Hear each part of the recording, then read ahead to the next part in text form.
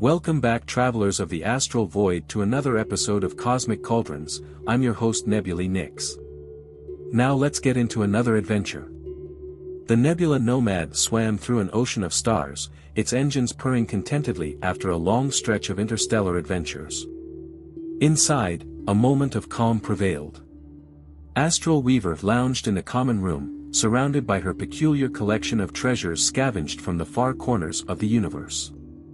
Stardust, her ever-watchful companion, batted idly at a floating bauble that shimmered with faint traces of forgotten spells.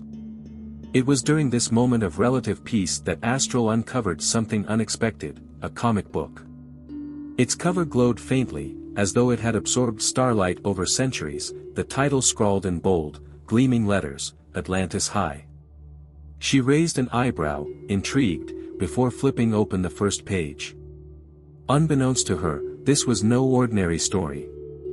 It was an invitation, a portal. As Astral begins to read, the room shifts and bends. The Nebula Nomad fades into a vibrant underwater city bustling with life. Coral skyscrapers glint like jewels, and schools of fish dart between glowing seaweed streets. Welcome to Atlantis High, where the tides are strong, the drama's stronger, and no one's late because swimming is faster than running. I'm Marina Ripple, your guide through the bubbly chaos of student life. First up, cafeteria calamity. Please don't bring live shrimp as snacks anymore. It's getting messy. Astral didn't realize at first that she'd been drawn into the world of the comic. One moment, she was flipping pages. The next, she found herself standing in a hallway lined with pearl lockers and illuminated by bioluminescent jellyfish. She glanced around, adjusting her kelp-patterned robes, a curious transformation of her usual outfit. And would you look at that? We've got a new transfer student. Astral Weaver, straight from the surface? Must be hard to swim in all that fabric. Anyway, good luck finding your homeroom. Watch out for the eel sting squad. Detentions have been especially prickly this week. Astral wasn't the type to be distracted by spectacle, though the world of Atlantis High certainly tried its best. Her keen eye picked up the small details, the way some students glanced nervously toward a distant hallway, the faint hum of enchantments lingering in the water, and the flicker of shadows where no light should bend. Attention, students. Principal Eelstrung has announced that the Trident Trophy Room is temporarily closed due to, well, let's call it a security issue. If you see anything unusual, report it immediately. And no, Reynard, this doesn't mean you can use the hallway for your hermit crab races. The Trident Trophy Room. A tantalizing name, and one Astral couldn't resist investigating. She followed her instincts, and Stardust's occasional nudges, toward the mysterious corridor. The room is a grand space filled with relics that glow softly in the underwater light, ancient tridents, shimmering scales from legendary sea creatures, and coral sculptures depicting Atlantis' history. But something feels off. There was a stillness here, a quiet that felt unnatural in such a vibrant world. Astral's gaze swept over the room, noting the subtle disarray, artifacts slightly out of place, a faint trail of disturbed sand leading toward a darkened corner. Stardust hissed softly, his fins glowing with unease. A shadow moves in the corner, too quick to identify. Astral follows cautiously, her hand brushing the hilt of her wand. Breaking news: unauthorized access detected in the trophy room. Students are advised to steer clear unless you're looking for a week of coral polishing duty. And yes, I'm looking at you again, Reynard. The trail of sand leads to a pearl-encrusted cabinet. Astral opens it, revealing a trident missing its prongs.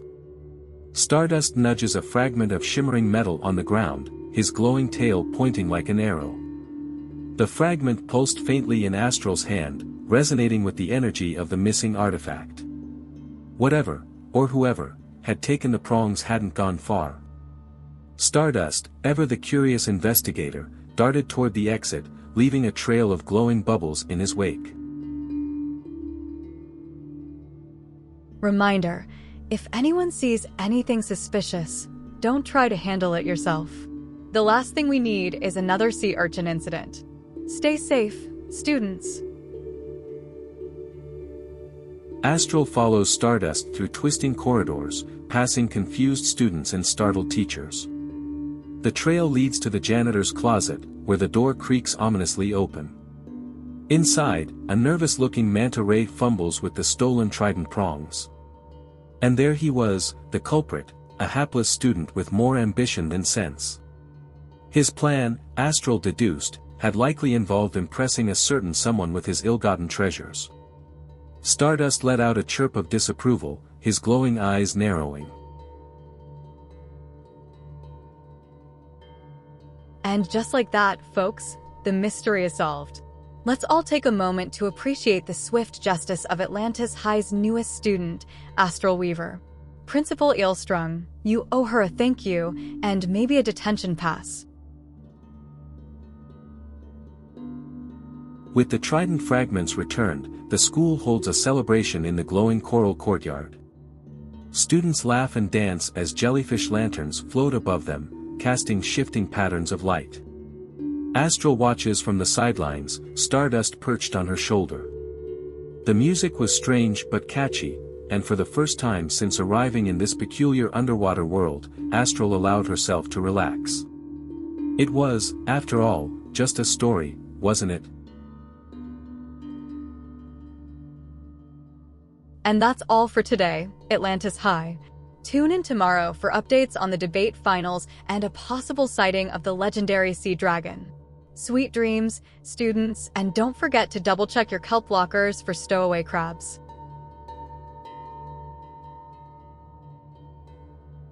The comic book closes with a soft glow, and Astral finds herself back in the Nomad. Stardust stretches beside her, yawning as if the entire adventure had been his idea. And so the tale ended, leaving only faint traces of bubbles on the air and a lingering sense of wonder. Was Atlantis High a true world glimpsed through the magic of ink and page, or merely a dream conjured by an overactive imagination? Astral Weaver didn't know, and perhaps she didn't need to. The universe, after all, is full of mysteries waiting to be opened, like so many books. So dear listeners, until next time, travel safely in the cosmic void. Please like and subscribe.